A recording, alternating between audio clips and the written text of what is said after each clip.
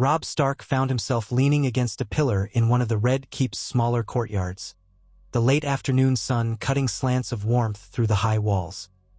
He had slipped away from the bustle of his wedding festivities, now concluded days ago, to meet with Jon Snow, who had been hovering in and out of the capital under Daenerys's banner.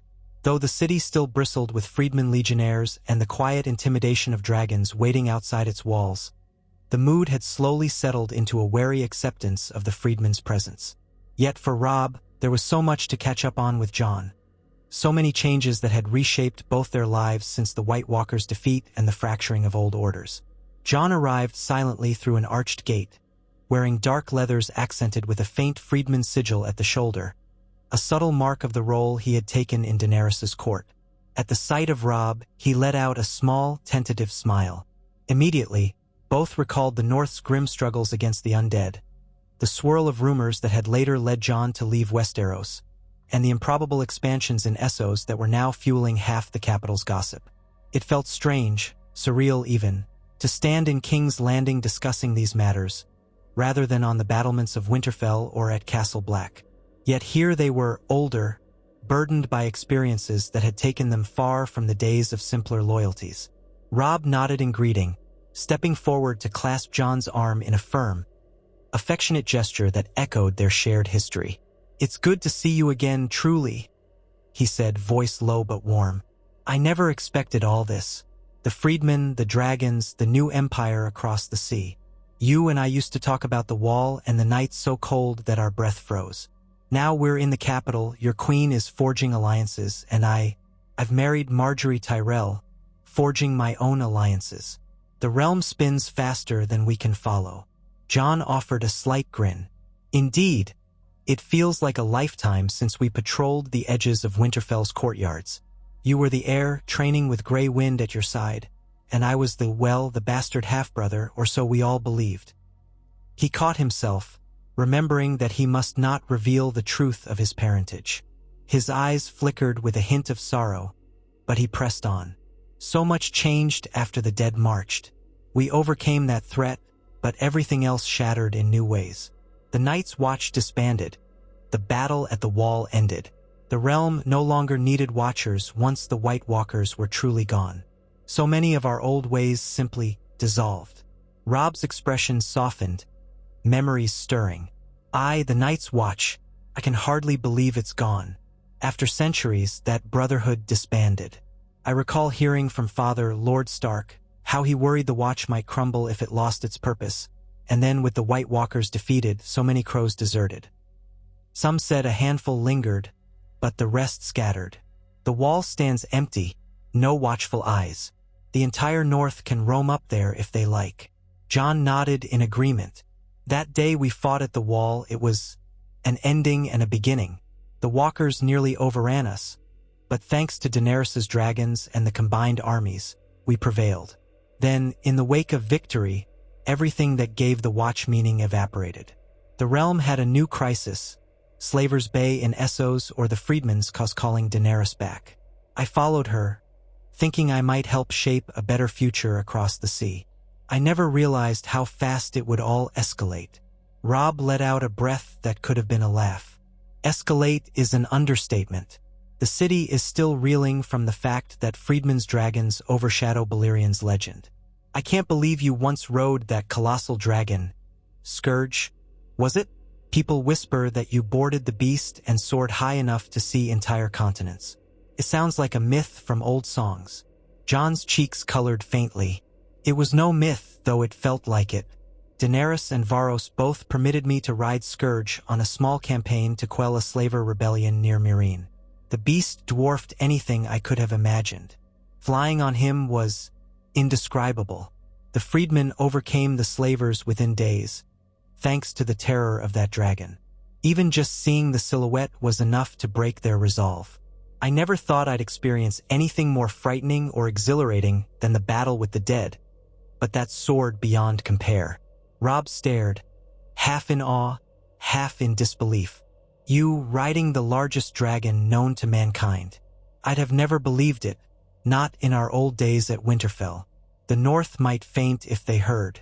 Meanwhile, I can't help but think, Our father spent his life preserving old vows and alliances, guiding us to be honorable men. Now we stand on a stage so grand that not even Targaryen conquests of old match it. Fredman rewriting Essos, Westeros forging a marriage alliance. The White Walkers ended, the Night's Watch gone, and you with Daenerys as, well, as her close ally. Jon inclined his head, letting the flicker of a private truth remain hidden. We're forging a new order indeed. Fredman's counsels, dragons overshadowing all. Varos's presence, too. He orchestrates a synergy that defies the old ways. But enough about that. Congratulations on your wedding. I'm sorry I arrived on the day itself, overshadowed by Fredman's retinue and Daenerys's presence. How do you find marriage to Marjorie Tyrell so far? I hope it suits you. Robb's lips curved into a small, genuine smile. Thank you, Jon. Marjorie is remarkable, clever, gracious, confident in courtly matters I barely fathom. She's bridging the North's bluntness with the Reach's sophistication. It helps that her grandmother, Lady Olenna, stands behind her. I feel we can do real good for the realm, forging an alliance that might quell petty feuds. With Fredman watchers in the city, the wedding proved we can celebrate unity. Marjorie and I have talked about how to foster more collaboration. The North's resources, the Reach's agriculture, forging supply lines that might help if Fredman expansions ever come into deeper contact with us. So far, though, it's early days. Jon's gaze flicked to the courtyard's far side, noticing Fredman legionnaires in the distance. I'm glad it offers you a measure of hope. The entire realm witnessed your ceremony, saw Fredman delegates applaud politely, saw no dragons ravage the city. That alone might ease tensions. By your union's example, perhaps we can fend off any future conflict. Daenerys remains content focusing on Essos, but it never hurts to reassure Westeros that Fredmen stand for peace if unprovoked. Robb nodded earnestly. Then, with a slight hesitation, he asked, Jon, you always spoke with a sense of deep loyalty to the North, or at least that's how I recall it in our younger days. Now you serve in Daenerys's court as an ambassador, an advisor. I gather that's not just a passing role. Could you tell me more about it if it's not private? Are you truly her voice in Fredman's negotiations with foreign lords, or more a companion from the White Walker War? Jon let out a slow exhale, sorting his thoughts. A bit of both, truly. At first, I remained at her side after the battle with the dead because I believed in her cause to eradicate slavery across Essos. Felt righteous. Then, as Fredman's expansions unfolded, I found myself bridging Daenerys's ideals with the Fredman's practical concerns. I negotiated with slaver families who sought peaceful surrender, traveled as an envoy to certain city-states that hesitated.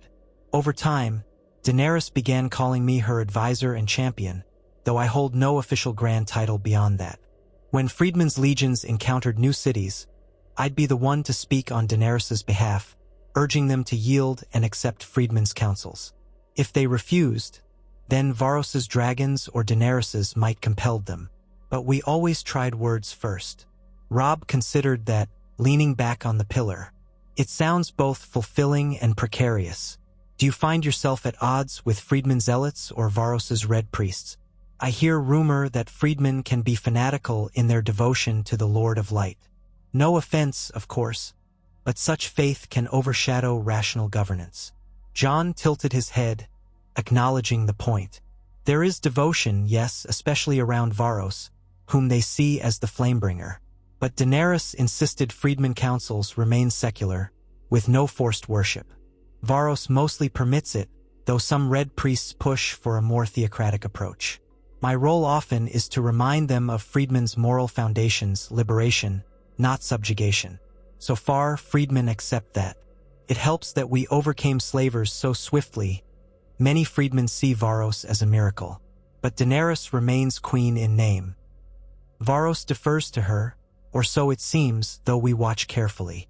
As her ambassador, I interpret her policies, present them to Fredman or city-states. I also quell rumors that Fredman aim to conquer Westeros. So far, it's worked. Robb's eyes narrowed slightly, intrigued. Impressive. So you are effectively the link between Fredman's expansions and the local leaders or even outside powers. That means you must be quite the diplomat now.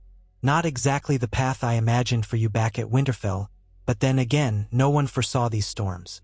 I'm proud of you, Jon. Even if it's complicated. A faint flush touched Jon's cheeks. Thank you. It's complicated indeed. But I do believe Fredman's cause is righteous, as I believed in the necessity of fighting the White Walkers. I see no reason to ignore tyranny in Essos if I can help. The realm doesn't revolve around me, though, so I do what I can, bridging Essos and Westeros. Speaking of bridging, how do you see your role now, as the head of House Stark with the North aligned to House Tyrell? The war with the undead ended. The realm no longer calls for the Night's Watch. Do you yearn to rebuild that old order? Or are we past that? Robb rubbed a hand across his jaw, a flicker of sadness in his eyes. The battle at the wall changed everything, Jon. Once the threat was gone, the Watch lost its primary purpose. Most crows deserted, some died, some joined other causes. Father believed we might repurpose the wall for northern defense, but we never expected Fredman's expansions across the sea. Now I focus on forging a stable future, with the Tyrells as key allies. Marjorie and I plan to ensure the North doesn't starve, that no winter starves the southern harvests either. We talk about opening new trade routes. The Watch, I see no immediate place for it. The realm has no appetite for remanning the wall. The dead are gone. The territory beyond might be open for settlement if any dare live there. So no, I don't see the Watch resurrecting itself soon. Jon nodded thoughtfully. That's fair. I recall the vow we once respected, to guard the realms of men from beyond the wall. With that threat gone, a new vow might be needed for Fredman expansions, some watchful force to keep the peace. But perhaps that's not the North's duty. Fredman remain across the sea anyway. Robb let out a small laugh. A new vow to guard the realms of men from unstoppable dragons? The realm shudders at the notion. But I do see your point. The world changed drastically. We must adapt. The wedding was part of that adaptation, unifying the North with the Reach, ensuring no petty feuds swirl while Fredman remain a looming possibility. A stable Westeros can better handle any future crisis. Jon's expression sobered. Precisely, and the Fredmen do not plan an invasion, but what if something shifts in the future? If the Lords of Westeros unify under wise alliances, Fredman might see no reason to test us, or we might stand united enough to deter them if an overzealous Red Priest demands more expansions. That's the best-case scenario. Meanwhile, I remain a mediator of sorts, ensuring Fredman's empire does not interpret Westeros' hostility as cause for war. Robb offered a quiet hum of agreement. Then his lips curled in a half-smile. Marjorie told me the other night that she wants to meet you properly, beyond the wedding's cursory greetings. She admires your role in Fredman's expansions, though she finds the entire story a bit surreal. Perhaps we can speak with her now, if you have time? She thrives on political discourse, and your perspective might help us plan for the future. Are you free? Jon nodded eagerly. Of course. Daenerys is reviewing a Fredman's ledger with Varos about city management in Essos, so I have time. Let's go. I'm curious to hear Marjorie's insights. She impressed me at the ceremony, carrying the presence of a queen in her own right.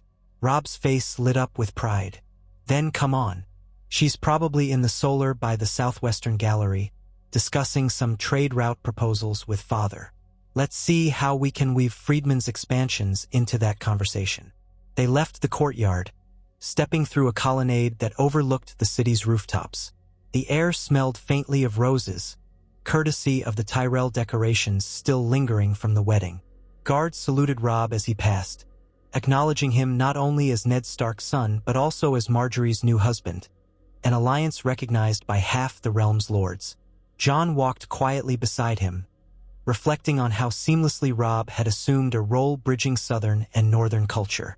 This union might indeed shift the realm's balance, giving the North a stronger foothold in the capital's power plays. Soon, they reached a modest solar. Doors opened to reveal a spacious chamber where the midday sun streamed through tall windows. Marjorie Tyrell stood at a table layered with parchment, her hair arranged in a half-braid pinned with silver clips shaped like small roses. She wore a gown of emerald and gold that both honored her house colors and whispered subtlety in style, a far cry from the flamboyant attire many southern ladies used to impress. Across from her was Ned Stark, glancing over a document listing proposed shipping lanes for distributing Tyrell wheat across the north. They looked up as Robb and Jon entered. Marjorie's face brightened at the sight of Jon. "Jon Snow," she greeted, stepping around the table with an easy grace. "We've barely had a moment to truly speak since the wedding. You must forgive me. The festivities consumed every waking hour. I'm pleased to see you here now. I've heard so much about your role with Daenerys Targaryen and Fredman's expansions." Jon bowed politely. "Lady Marjorie, it's a pleasure. I understand you've been quite busy. The wedding was grand, and I'm glad Fredman delegates managed not to overshadow it. Thank you for hosting us." Marjorie smiled. "Thank you for attending in peace." Our guests found the Fredman's presence fascinating.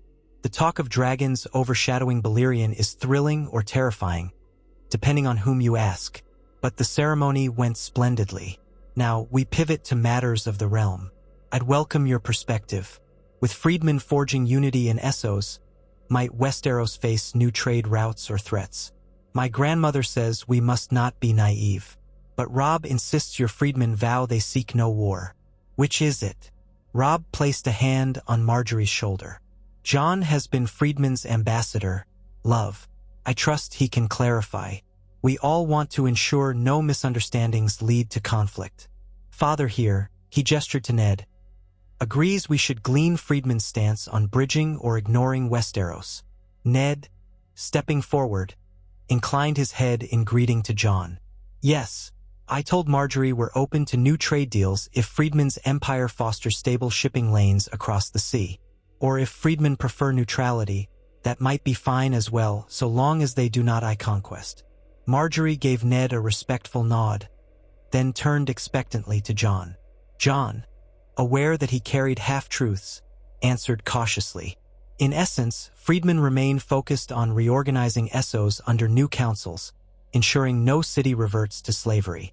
Varos's dragons deter rebellions. As for trade or alliances with Westeros, Daenerys has not declared an official stance. She recognizes the sea is wide, and the realm has no slaves to liberate, so no impetus to cross. But if Westeros sought trade, Fredman might welcome it so long as it respects Fredman's autonomy. Volantis is nearly integrated, though that might take time. After that, Fredman might unify the rest of the free cities if they yield. War is not Fredman's preference, ironically. Marjorie pressed her fingertips together, thoughtful. That's a relief to hear. Some lords in the capital remain convinced Fredman's empire stands on the brink of launching a colossal invasion. If Daenerys remains content in Essos, we might indeed form trade pacts. The Tyrell lands produce vast resources. The North could benefit too, if Fredman have exotic goods from the East. Perhaps we can lay the groundwork, shape an envoy who might travel to Fredman's enclaves post-wedding to propose beneficial exchanges. Would Fredman accept that? Jon's eyes flicked to Ned and Robb. Both men seemed intrigued. He answered, "Yes, I suspect Fredman would. Daenerys often laments that though she's ended slavery in multiple cities, they still need stable economies. Trade could help Fredman's councils stand on their own. Essos's old trade lines frayed with the fall of slavers. If Westeros, particularly the Reach's farmland, offered stable trade, Fredman might open routes for spices or silks that once were exclusive to certain free cities. A beneficial exchange indeed." Marjorie's lips curved in satisfaction. "That's splendid. A peaceful synergy might quell fears on both sides.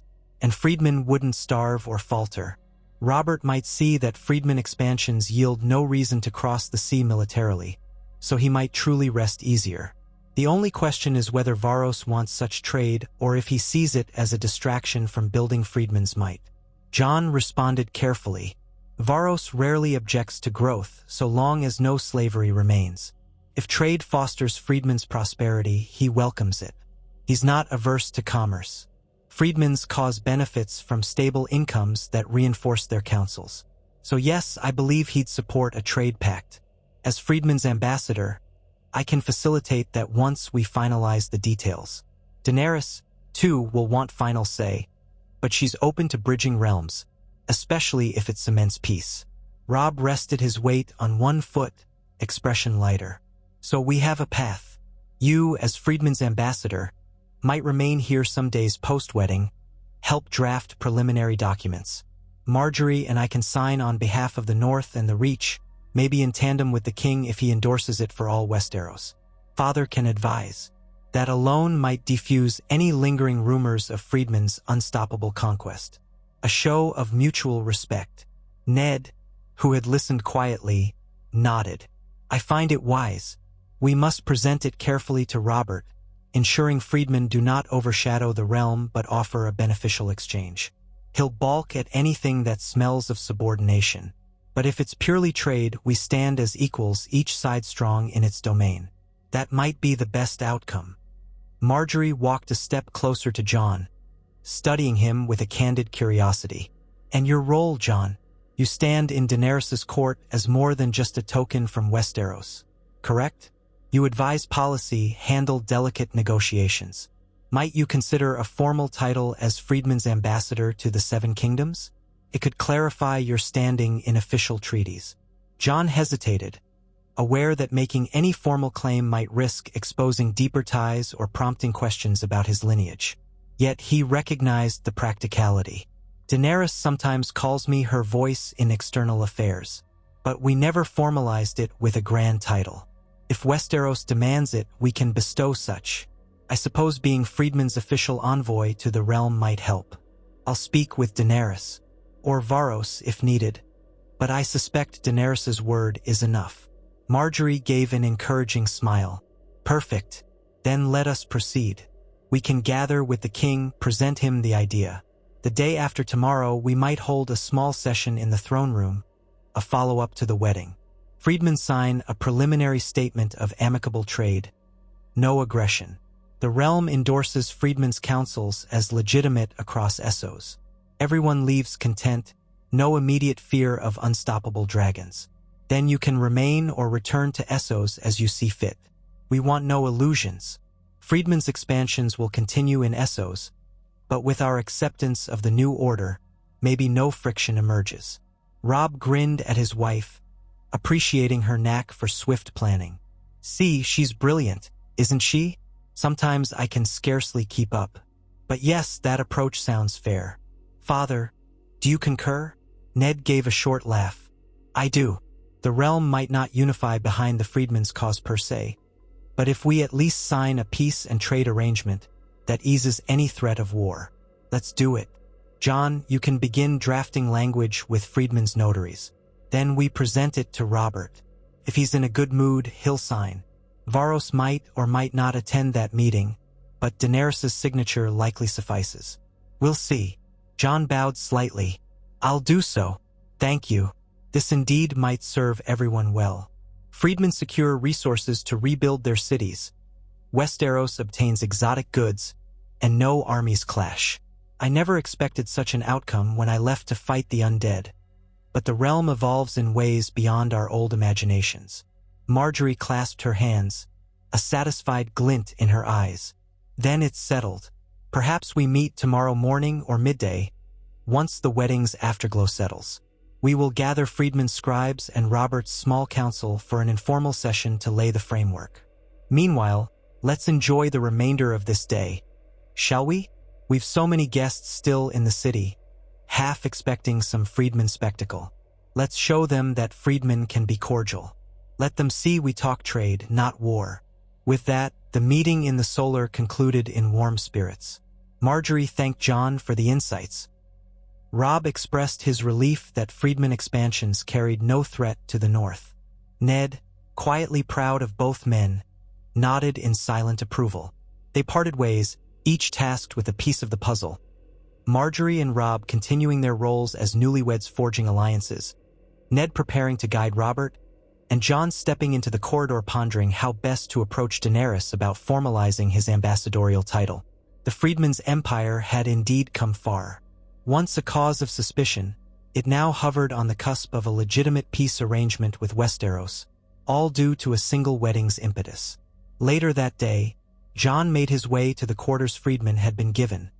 passing freedman legionnaires who stood guard with quiet efficiency.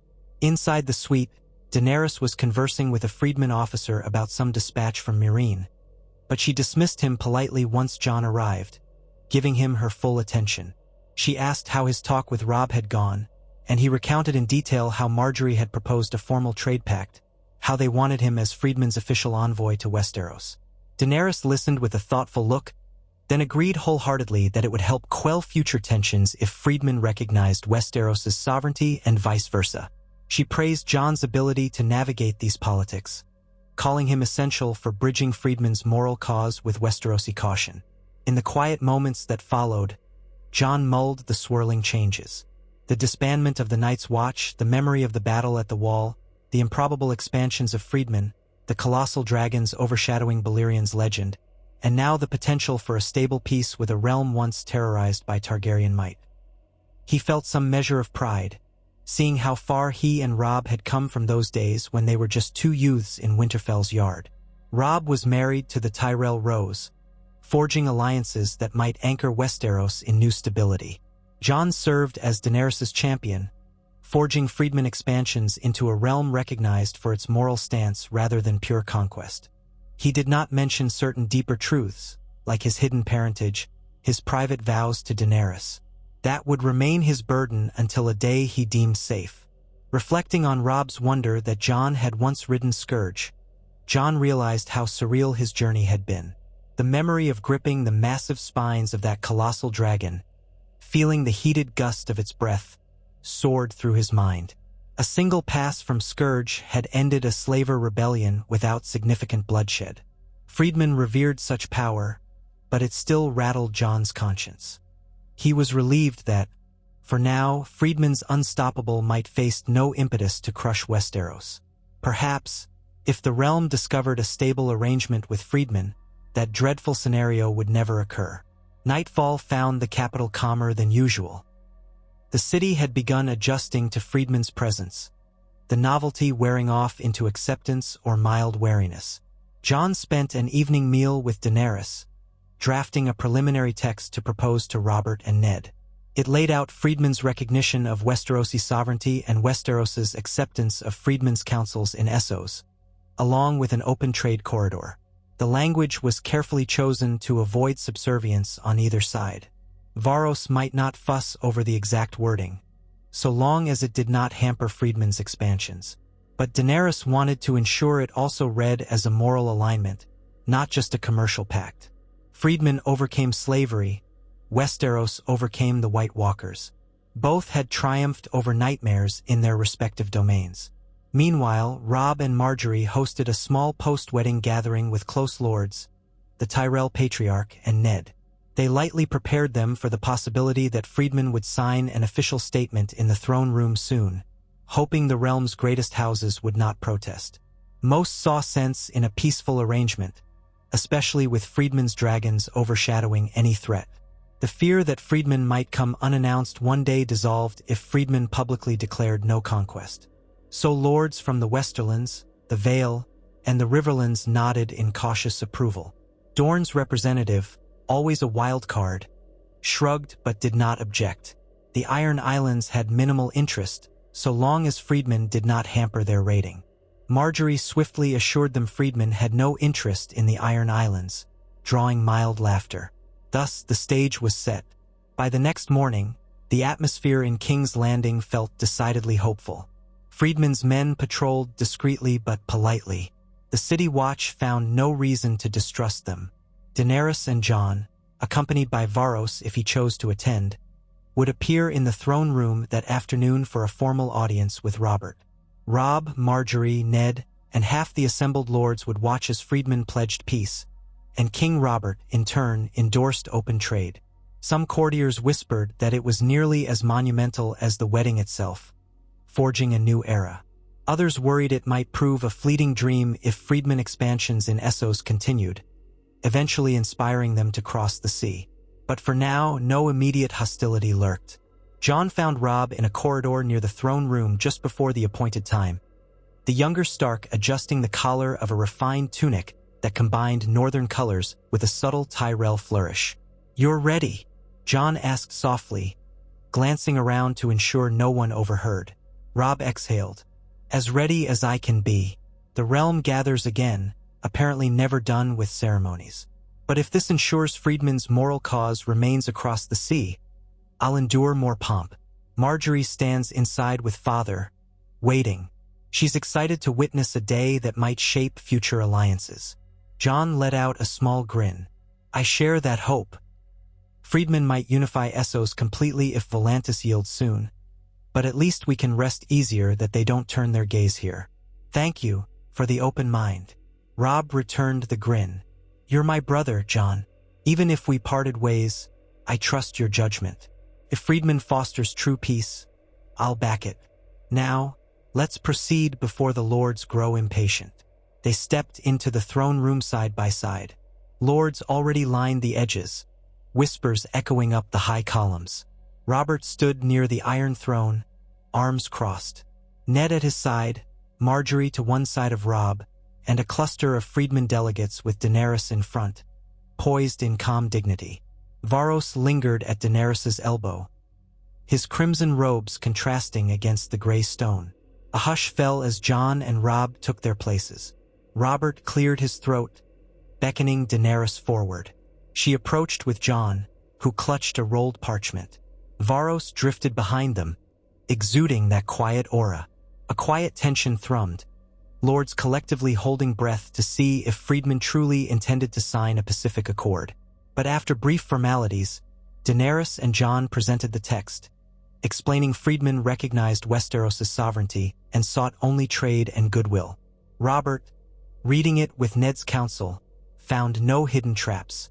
With a measured nod, he pronounced the realm's acceptance. Applause rippled around the chamber as Fredman delegates, Tyrell lords, and Northerners alike recognized the significance. They sealed it with King Robert's signet, Fredman's official stamp, bearing Daenerys's or Varros' authority, and a short vow from Daenerys that Fredman expansions remain in Essos. Jon, standing at Daenerys' side as her ambassador, felt an immense weight lift. The lords who had once eyed Fredman with suspicion saw, at least on parchment, a promise of no invasion. Fredman could unify Essos if they so chose, but so long as Westeros saw no aggression, the realm would not hamper them. The entire throne room broke into subdued cheers, not as thunderous as a wedding celebration, but earnest relief. Robb clasped Jon's shoulder, Marjorie beamed at Daenerys, and Ned exchanged a significant nod with Varros, acknowledging that Fredman had delivered an olive branch. Daenerys inclined her head to Robert with polite composure. Varros remained slightly apart, but the faint smile on his lips betrayed satisfaction. The realm had come far from dread rumors to forging a workable peace. The day felt like a culminating moment in an era shaped by unstoppable expansions and the ashes of the White Walker War. Afterwards, smaller gatherings convened in the castle's corridors, Fredman exchanging words with Westerosi lords about prospective trade routes, while some cautious eyes remained on Varros' every move. Daenerys withdrew to speak with Tyrell courtiers about shipping Fredman goods through Highgarden. Robert, for once, seemed in decent spirits, praising the potential boon to the realm's coffers. Ned discreetly told Jon how relieved he was that Fredman's expansions found no need to cross the sea. Marjorie teased Robb about her grandmother's plan to import certain exotic spices Fredman possessed, which might revolutionize the North's cuisine. All in all, it was an afternoon that resonated with promise, forging a path to lasting stability. Later that evening, in a quieter corner of the Red Keep Gardens, Jon and Robb found a moment alone once more. Dragon lanterns borrowed from Fredman design hung among the hedges, casting dancing glows across the leaf-strewn paths. They stepped away from the main throng, letting the hush of night fall between them. Robb, still wearing that cross-cultural tunic, turned to Jon with a half-smile. You see, Jon, we overcame the White Walkers, parted ways, and yet somehow you returned with Fredman to sign a treaty. I never thought I'd see the day. The realm stands more united than I dared dream. If only the old Watchers of the Wall had glimpsed this future. Jon leaned against a bench, exhaling. I share that wonder. So much heartbreak preceded this. The Watch disbanded, half our old traditions ended. Yet it gave birth to Fredman's expansions in Essos, and now, ironically, unites us with them. Marjorie's wedding to you started it, forging an impetus for Fredman to show courtesy in Westeros. And I stand as Daenerys's ambassador, bridging realms. Strange, isn't it? Robb gave a wry chuckle. Strange indeed, but maybe it's precisely the time for such changes. Our father once taught us that the world rarely remains static. Now we see an entire new empire forging across the sea, monstrous dragons once unimaginable, and we gather here in King's Landing forging alliances rather than quarreling. If the watch was lost, at least the realm might find new forms of vigilance. Fredman's dominion in Essos, a peaceful pact with Westeros. Maybe that's the next era's shape. Jon nodded softly, letting the garden's nighttime hush envelop them. Yes, we adapt. Fredman unify Essos under councils, we unify Westeros under strong alliances. If, in future, an even greater threat arises, we might stand together. That's all we can hope. Meanwhile, your marriage stands as a beacon of forging ties. I truly wish you happiness with Marjorie. Robb's face eased into an earnest grin. Thank you, Jon. We may hail from different paths now, my path in the north and you with Fredman across the sea, but that bond remains. Father is proud to see us bridging worlds. Tomorrow or the next day, you might depart again with Daenerys for Essos, or remain a while. Regardless, know you always have a place at Winterfell. Jon's heart warmed at that sentiment. I appreciate that. If Fredman's expansions remain stable, I might indeed spend time in the north, though Daenerys might ask me to accompany her eventually. The future is fluid. They parted soon after, heading back into the keep's torchlit corridors. It was a quiet final moment for them, a testament to how far they had come. From the naive youths sparring in Winterfell's yard to figures shaping the realm's fate across seas and alliances. Jon reflected that not once had he revealed his Targaryen heritage, nor his deeper bond to Daenerys, and perhaps that was for the best. Robert's old wrath might still kindle. For now, the realm was stable.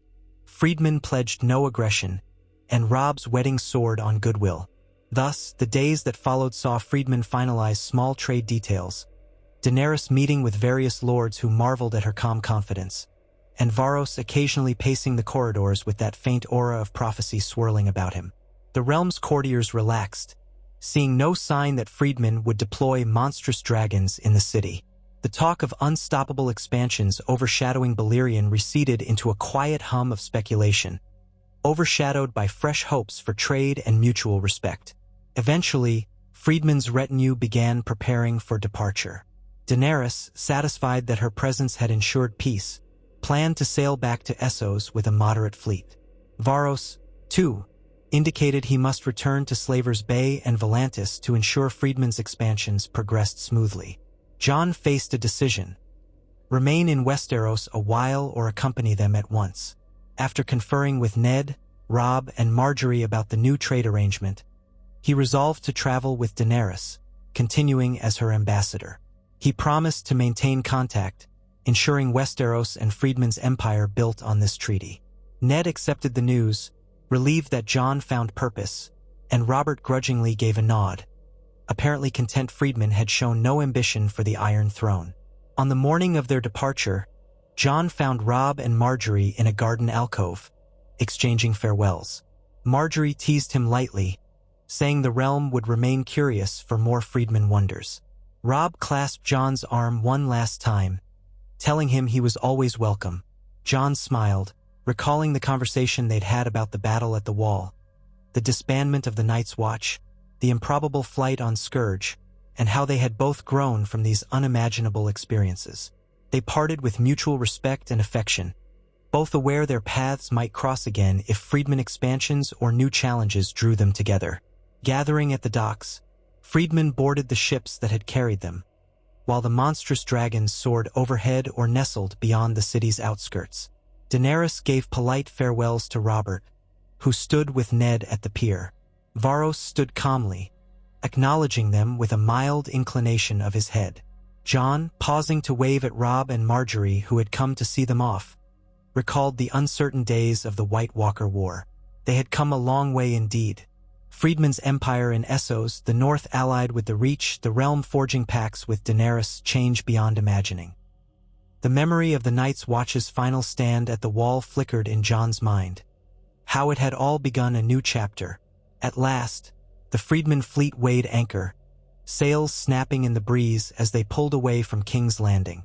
On the lead ship's deck, Daenerys stood at the prow, hair whipping about her face, posture poised.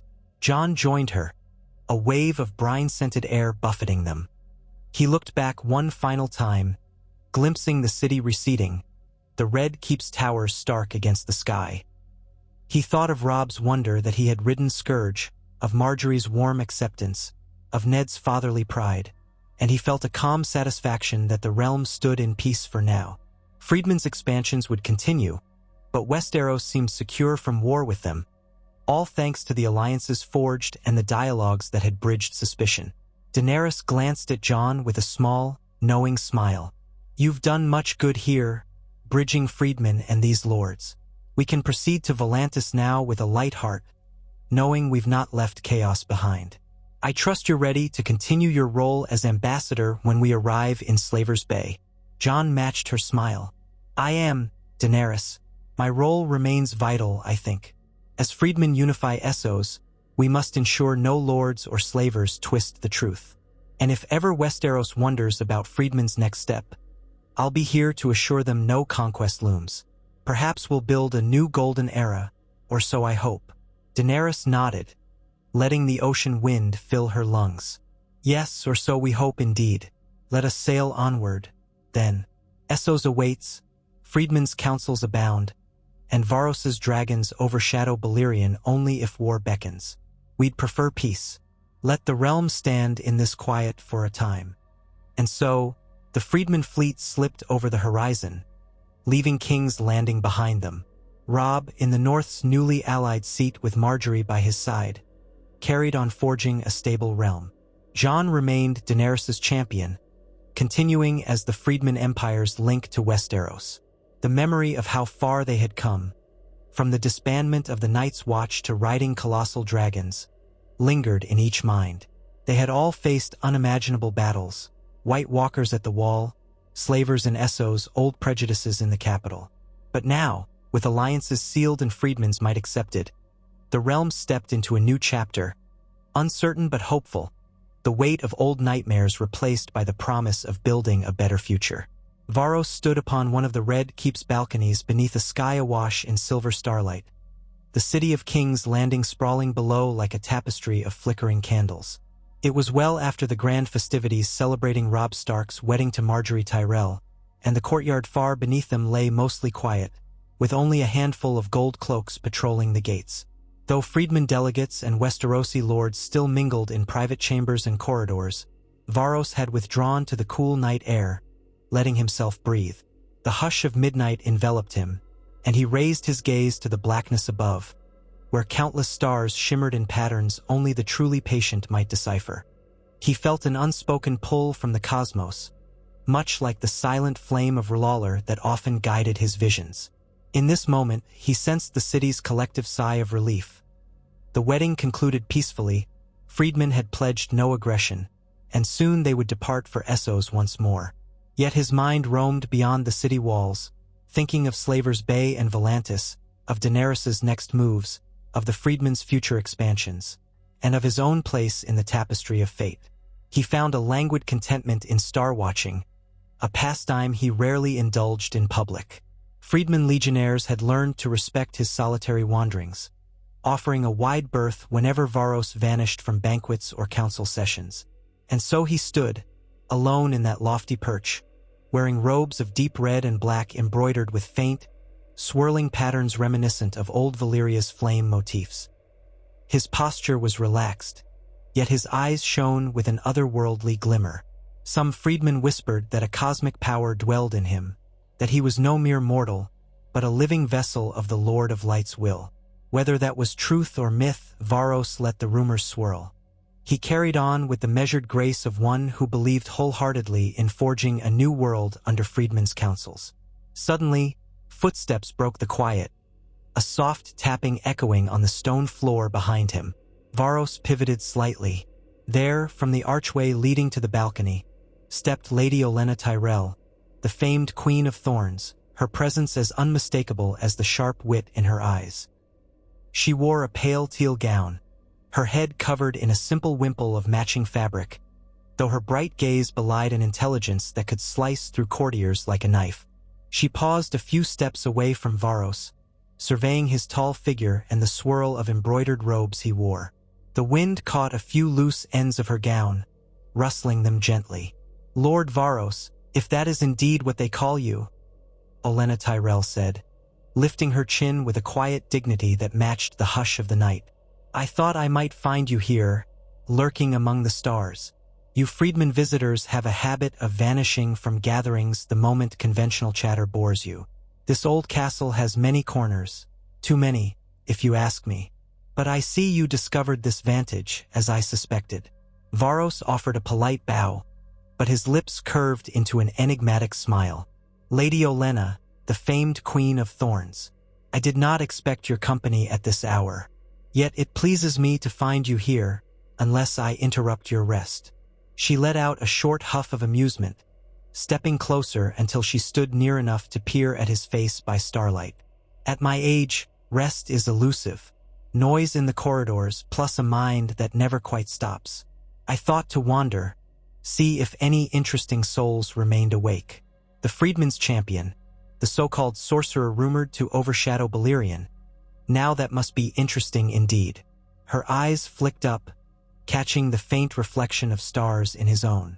"You've got an odd look about you, you know. Daenerys is straightforward, a dragon. She moves and speaks like a Targaryen, fiery and fierce. But you're something else. An oddity, a clever spirit from what I've gleaned. So tell me, Varos, what are you really?" Varos's expression turned contemplative. A question the flames themselves might ask, were they given voice. "I am what freedmen call me. A herald of the Lord of Light, forging counsels to end slavery, supporting Daenerys Stormborn's moral cause. That is all." Olenna snorted softly. "Rubbish. Spare me the practiced speech. I'm not some starry-eyed freedman enthralled by your illusions. You truly think I cannot see beyond the facade? You are cunning, strategic. You do not simply rely on raw draconic might or Targaryen name. You have magic that dwarfs even the Red Priestess's enchantments. Or so they whisper. Daenerys rules, but your role is deeper. So I repeat, what truly are you?" Varos regarded her in silence for a heartbeat, the breeze carrying the faint perfume of distant roses from the Tyrell decorations. "I carry the flame of old Valyria, some say. The freedmen see me as a vessel of R'hllor. If that qualifies as something else, I concede. But does it matter? My cause remains liberation, guided by the Lord of Light's will. The freedmen expansions speak for themselves." Her gaze sharpened. "I see. Evasions, but you confirm enough. You are more than a mere man, some cosmic puzzle, perhaps. Very well. Let's hope your moral cause endures, for Westeros does not need a second Aegon's conquest. If you outmatch Balerion, I shudder to think what might happen if your cause turned dark." Varos inclined his head. "We do not intend to subjugate Westeros, Lady Olenna, especially not after forging these alliances. The wedding of Robb Stark to your granddaughter was a sign. Freedman's empire stands across the sea. Westeros stands here. No conflict looms unless forced. Let that be enough." She nodded slowly, though skepticism lingered. We shall see. You freedmen talk peace now, and I hope you mean it. But recall that some old empire might weigh on your soul. The day might come when you face a choice, to remain in Essos or cross the waves. Let it not devastate the realm my granddaughter thrives in." Before Varos could reply, footsteps again echoed from the corridor. Into the torchlit threshold stepped Jon Snow, accompanied by Robb Stark. They halted upon seeing Olenna and Varos already deep in conversation. Robb, wearing a dark tunic embroidered with the direwolf of House Stark, cleared his throat politely. "Lady Olenna, Varos, good evening. Apologies if we interrupt, but I wanted to ensure all was well. My grandmother by marriage here tends to roam at odd hours, And I see she found you, Varos. A flicker of humor lit his eyes.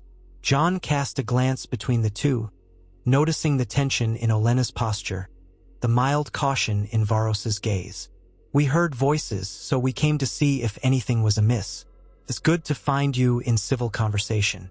The night is quiet, with the Fredman retinue mostly turned in. Daenerys rests, I believe.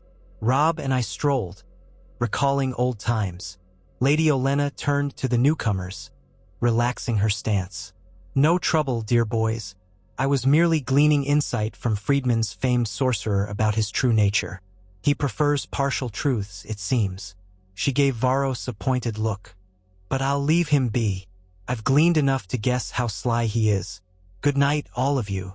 She offered a curt bow, then departed, robes rustling. The clack of her cane on stone receded into the darkness. Varos sighed quietly, then turned to face Jon and Robb. The tension from Olenna's questioning weighed on him, though he masked it with a measured calm. Jon observed him intently. She can be formidable indeed. Are you all right? She's known for cornering men with her wits. Varos gave a faint smirk. I remain unharmed. She wonders if Fredman's expansions conceal a deeper hunger. Perhaps I do not blame her. The realm has centuries of fear regarding Valyrian power. But we stand by our word. No conquest if unprovoked. Her doubts do not alter that. Robb stepped closer, offering a handshake. Lady Olenna's suspicion aside, I wanted to express something. My father told me how Fredman's expansions quickly ended slaver armies near Meereen. Your dragons soared overhead. But the part that struck him most was Jon's account of the battle at the Wall.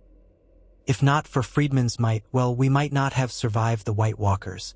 House Stark indeed owes Fredman a debt, though we seldom speak of it openly. I recall how your presence ended any last pockets of the undead around the wall's perimeter.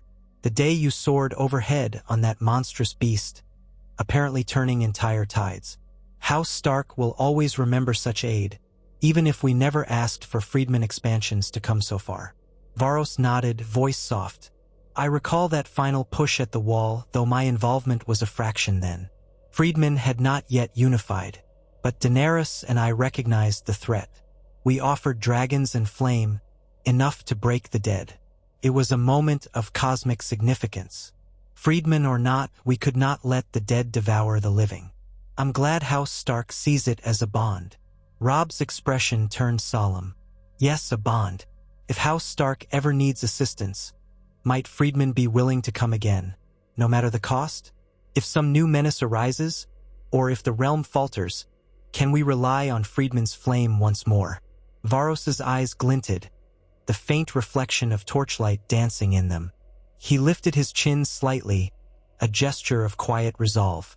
Your house showed immense bravery at the Wall, reinforcing the vanguard when all seemed lost.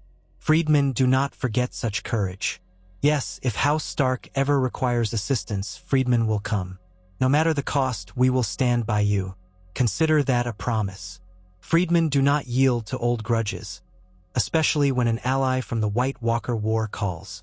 A hush followed his words, echoing in the balcony's starlit space. Robb exhaled, relief and gratitude mingling in his gaze. He placed a hand on Varos's shoulder. Thank you. That means more than I can express. My father, Ned Stark, though cautious about Fredman's unstoppable might, will be relieved to know we share this vow of mutual aid. He sees in Fredman's expansions a moral impetus, not pure conquest. Perhaps that will fortify any future alliance. Jon offered a supportive nod. Yes, well said. The realm needs to see Fredman not as tyrants but as those who overcame the White Walkers with us. If House Stark remains confident in Fredman's friendship, half the lords of Westeros may quell their fears. That suits everyone. Varos dipped his head in agreement. So be it. Let the realm rest easy. We come not as devourers of worlds, but as a bulwark against tyranny. Fredman hold dominion in Essos to free the oppressed, not to chain new lands. House Stark's bravery at the Wall was legendary. We do not forget. The night breeze carried a faint perfume from the Tyrell roses arranged along the balconies. They paused, collectively absorbing the magnitude of Varos's promise. Fredman's empire had overshadowed Balerian's legend, yes, but if they pledged to support House Stark, it signaled a potential for peace that extended beyond mere treaties. Robb, though newly wed and newly allied to Marjorie Tyrell, seemed deeply touched, as if a weight lifted from his shoulders. He let out a small laugh that carried a residue of tension. I almost can't believe we stand here, conversing about these cosmic shifts. We parted ways under the shadow of the undead, Jon. Now, Fredman overshadow entire cities. You, Varos, harness unstoppable flame, yet you speak calmly of aiding House Stark. The world truly turned upside down. Jon half smiled. It did, but that's the path we tread. Once the White Walkers were gone, so many old orders crumbled, like the Night's Watch disbanding. Fredman rose to fill a new order in Essos, and here we are, bridging them with Westeros. Fate is not so cruel, it seems, if it leads us to mutual understanding. Varos raised his gaze to the star-filled sky. The flames of R'hllor taught me that in the darkest nights, alliances are forged that defy mortal expectations. House Stark's gallantry, Fredman's vow to end slavery, Daenerys's moral leadership. All these threads weave a tapestry of hope. If the realm stands together, no shadow can easily consume us. A small silence followed, the three men letting that truth settle.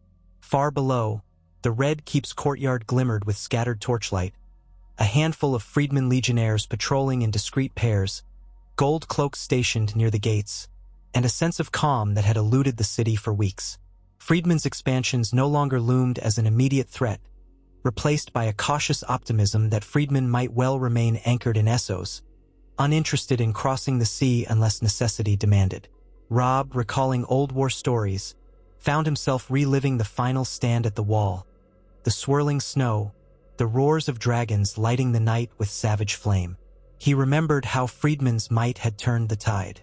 Even if the Night's Watch disbanded, that memory persisted, an unbreakable link to Fredman's capacity for good.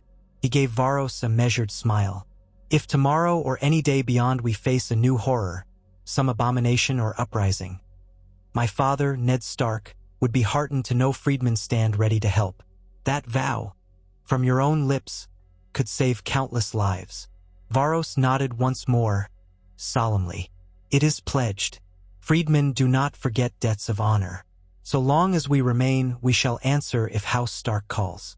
Perhaps in some future we pray never arises, that vow might matter. For now, let us rejoice that no immediate specter of war or terror threatens. You have your bride, your new alliances. Fredman continue forging counsels in Slaver's Bay. Peace lingers, however fragile. Jon let the tension release from his posture. Then we all share an accord. House Stark and Fredman walk the same path of vigilance. Daenerys will be pleased to hear of this reaffirmation. She's grown fond of the Starks since the Undead War, though circumstances parted us until this wedding. Now we stand more aligned than ever. Robb gave a slight laugh. Even Marjorie said as much to me. She sees Fredman as a moral impetus. I suspect she'll applaud any vow that binds Fredman's might to protect the realm if disaster reemerges. She's already discussed forging trade routes across the narrow sea. Perhaps an era of prosperity awaits. A faint rustle in the corridor signaled the approach of a gold cloak patrol. They paused at the threshold, noticing the trio in conversation, then discreetly turned away to avoid eavesdropping. Varos, seeing them depart, lowered his voice. Westeros is not short of watchers. I suspect every rumor might swirl about the keep by dawn, but let them chatter if it fosters hope rather than fear. Robb placed a hand on Varos's shoulder. Hope, yes. You Fredman appended entire worlds, overshadowing ancient legends with new potential. If you anchor that power in alliances rather than conquest, I see a bright horizon. The disbandment of the Night's Watch showed me that traditions can fade overnight, replaced by new guardians. Fredman might serve as guardians if the realm ever calls. Let us hold to that, my friend. Varos inclined his head. Yes, we shall. Now, if you'll excuse me, I must attend to a small matter with Daenerys and some Fredman officers. We intend to finalize our departure in the next few days. The realm has no further reason to fear our presence. But rest assured, House Stark remains in our favor." Then he gave Jon a measured glance. "And you, Ambassador Snow, stand as the link. May your counsel guide Fredman's expansions to remain in harmony with Westeros. Lawler willing, all goes well." Jon bowed slightly. "I'll do my utmost, Varos. My loyalty to House Stark remains unbroken, but Fredman's cause aligns with justice. We shall keep the balance. I appreciate this vow you gave Robb. House Stark indeed will never forget your offering." With that, Varos turned and vanished into the corridor's dimly lit passage, robes swirling behind him, leaving Jon and Robb momentarily alone in the hush of the balcony. Robb let out a breath, as though releasing a final tension from his chest. The night sky overhead sparkled, reminiscent of the wonder Varos had shown in stargazing. Jon realized they had all come far from the gloom of the North's endless winter. Robb patted Jon on the shoulder, voice soft. "So it ends well, brother. Fredman vowed to assist House Stark if need be. I never expected to hear such words from a Valyrian sorcerer overshadowing Balerion. The day I rode the Dragon Scourge, I told myself the world had shifted forever. Now, seeing Varos pledge aid, I see it might shift for the better." Jon agreed. "Yes, a day of improbable blessings. The realm may rest easier. Daenerys's Fredman empire remains across the sea, but we're no longer strangers or potential enemies. We bridged that gap. Now you can return north with Marjorie, forging your new life. And I might return to Essos with Daenerys soon, but know that if the North ever calls, I'll come. Fredman stand ready, but so do I." Robb's gratitude shone in his eyes. "Thank you, Jon. Our father will rejoice. He often feared unstoppable might one day threaten the realm, but if Fredman's unstoppable might stands as ally, we can face anything." A wry grin tugged at his mouth. "We overcame the undead, after all. Perhaps Fredman's unstoppable might is less fearsome if it's on our side." Jon laughed softly. "Less fearsome for you, yes, but likely terrifying for anyone who crosses Fredman or House Stark. Best we maintain the peace. I'd prefer not to see dragons unleashed on any souls here unless dire need arises. The memory of the White Walker War is enough for a lifetime." Robb agreed wholeheartedly. They lingered a while longer, savoring the quiet sense of resolution. The Red Keep had rarely felt so calm in the wake of such momentous events. Fredman's vow to help House Stark if crisis arose sealed an unspoken pact that transcended the typical alliances forged in King's Landing's corridors. Tomorrow, perhaps, Fredman would set sail, and the city would resume its usual intrigues. But House Stark carried a promise of cosmic flame at their back if darkness ever reemerged. Finally, the two parted ways. Robb returned to Marjorie's side, presumably to plan their departure for the North soon, or to handle more immediate tasks of reorganizing certain southern trade routes. Jon headed deeper into the castle, thinking to check on Daenerys, who had asked him to finalize a small detail regarding Fredman's upcoming audience with Robert. Meanwhile, the vow Varos had spoken lingered in Jon's mind, a vow that Fredman, overshadowing Balerion, would come to the Starks' aid if the realm needed it. That alone exemplified how different this new age was from the past. Even the disbandment of the Night's Watch felt like a footnote next to Fredman's unstoppable expansions. They had soared from the ashes of Slaver's Bay to overshadow half the known world, and now pledged to protect the North if called upon. History had indeed turned a sharp corner. Within the day, rumors of that vow began circulating among certain lords. Some took it as a sign Fredman wanted to meddle in Westeros.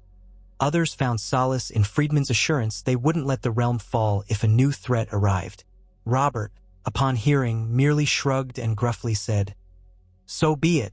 If Fredman want to save us from future horrors, I won't complain, so long as they don't try to rule us." Ned found hope that maybe the realm could move forward without fear, though he remained vigilant.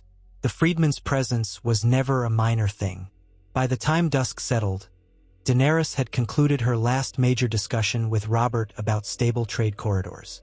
Fredman would soon depart the city, leaving behind a moderate envoy to maintain lines of communication.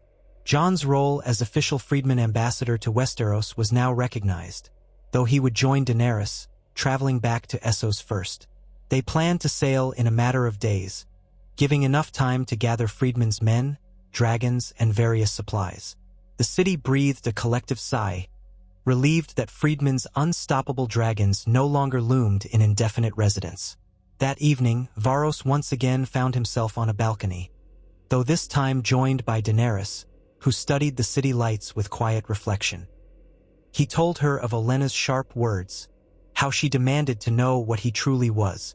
Daenerys seemed unsurprised, only remarking that the Queen of Thorns never let illusions stand. Varros smirked, admitting he gave little away. Their conversation flowed to mention of Robb and Jon, how Robb marveled at once riding Scourge, how Fredman had pledged to come to House Stark's aid if needed.